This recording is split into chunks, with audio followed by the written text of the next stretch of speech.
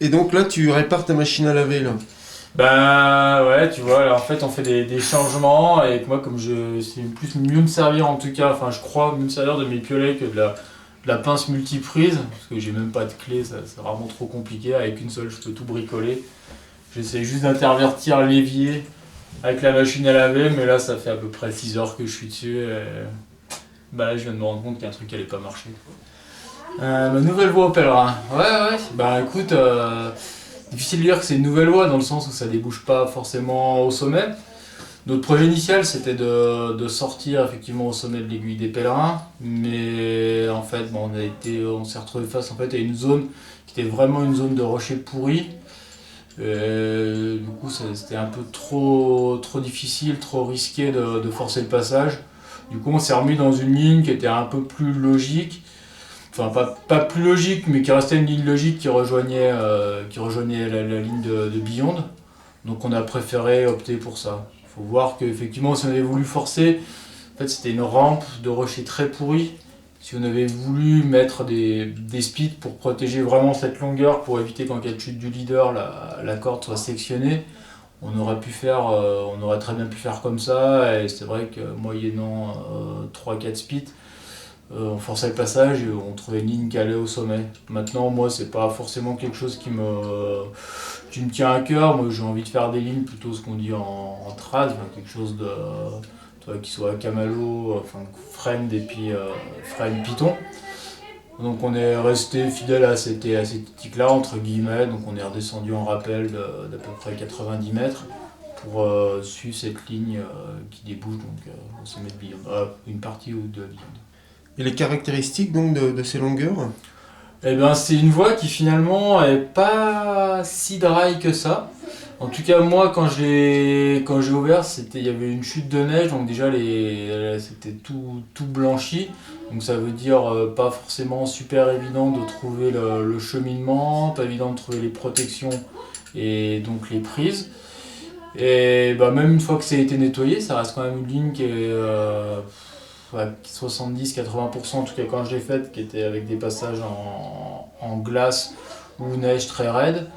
Maintenant, c'est vrai que dans chaque longueur, notamment dans la deuxième, la troisième, la quatrième, puisqu'au final il n'y a que 4 longueurs, on fait face à 5 à 10 mètres de dry, dont des diètes qui sont assez raides et assez sympas, qui se protègent bien. Et tout à l'heure, je disais que là, il y avait une partie, on a buté sur du rocher pourri. Par contre, notre ligne là, elle est vraiment dans du rocher qui est super franc. Et t'as emmené plusieurs compagnons, alors tu y étais plusieurs fois. Ouais, j'ai eu du mal à arrêter une bonne stratégie. Mais bon, ouais, la stratégie c'est secondaire. L'important c'était plutôt de passer du temps en montagne. Ouais, voilà, avec des potes. Donc en fait, j'ai attaqué ça l'année dernière avec Fabien Dugy. On était parti au milieu de la nuit de Chamonix, donc à pied forcément. On était parti pour faire ça d'un seul coup, donc ça veut dire avec bivouac. Mais en fait, c'est des longueurs qui, bah, même si au final, une fois qu'elles ont été grimpées, nettoyées, sont pas forcément extrêmes, puisqu'on est dans je dirais dans du M7, à l'ouverture, ça prend vachement de temps. Et ça voulait dire, en fait, en persistant dans cette stratégie de bivouac, c'était qu'on allait passer au moins 3 ou 4 nuits dans la face nord des pèlerins. Je dis pas que ce soit désagréable, mais bon, tu vois, quand c'est l'automne et que tu as des nuits qui font 10-12 heures, ça faisait vraiment ça faisait une grosse expédition. Donc quand je me suis remis sur ce projet-là, donc en fin décembre, je me suis dit que vu la technicité des longueurs, ça valait le coup d'y aller tranquillement à la journée. Ça laissait le temps de s'imprégner un peu de la phase, de chercher le cheminement tranquillement. En plus, on faisait le bas de la goulotte de Beyond, là, qui fait trois longueurs à 70-75, qui sont en neige dure, donc c'était vraiment plaisant à grimper. Et après, pour le reste, bon, on laissait des cordes fixes, ce qui permettait de faire longueur après longueur. Et donc c'est une belle alternative à Beyond. C'est une alternative à Beyond. Beyond, ça reste quand même Beyond. Ce dièdre, c'est quand même quelque chose qu'il est difficile de concurrencer, c'est sûr. Après, l'avantage, c'est que ça permet de faire une voie dans des conditions qui sont peut-être moins exigeantes, parce qu'on a vu ces dernières années, le dièdre, le dièdre de Beyond, on ne se reformait pas forcément.